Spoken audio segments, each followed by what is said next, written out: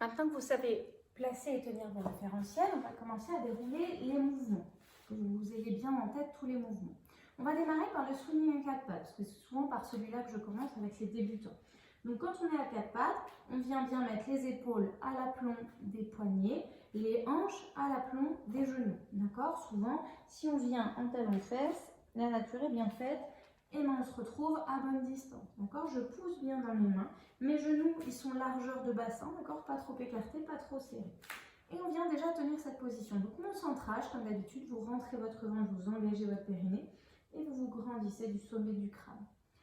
De là, pour le swinging à 4 pattes, ce qui est important, c'est vos appuis, d'accord? C'est pas forcément tout de suite de bouger. Sur la première expire, vous allez venir appuyer que dans votre main gauche et votre genou droit. Il n'y a rien qui bouge, vous sentez juste là, justement, se mettre en place vos obliques au niveau de vos abdos. On inspire, on relâche, on fait la même chose de l'autre côté. Expire, mais on charge. Inspire, relâche. Et quand vous sentez que du coup le poids que vous avez libéré de la main et de la jambe opposée vous permet de les bouger, vous pouvez essayer. On vient tendre en faisant glisser. Je fais glisser la jambe, je fais glisser la main. Et j'inspire, je reviens placer. Et de l'autre côté, j'expire, je fais glisser.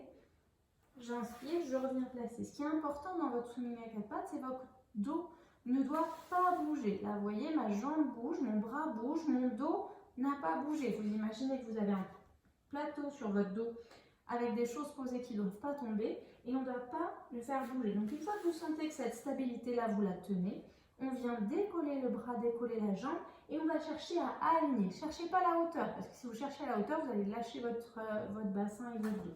On cherche à aligner en restant le plus stable possible. D'accord? On expire.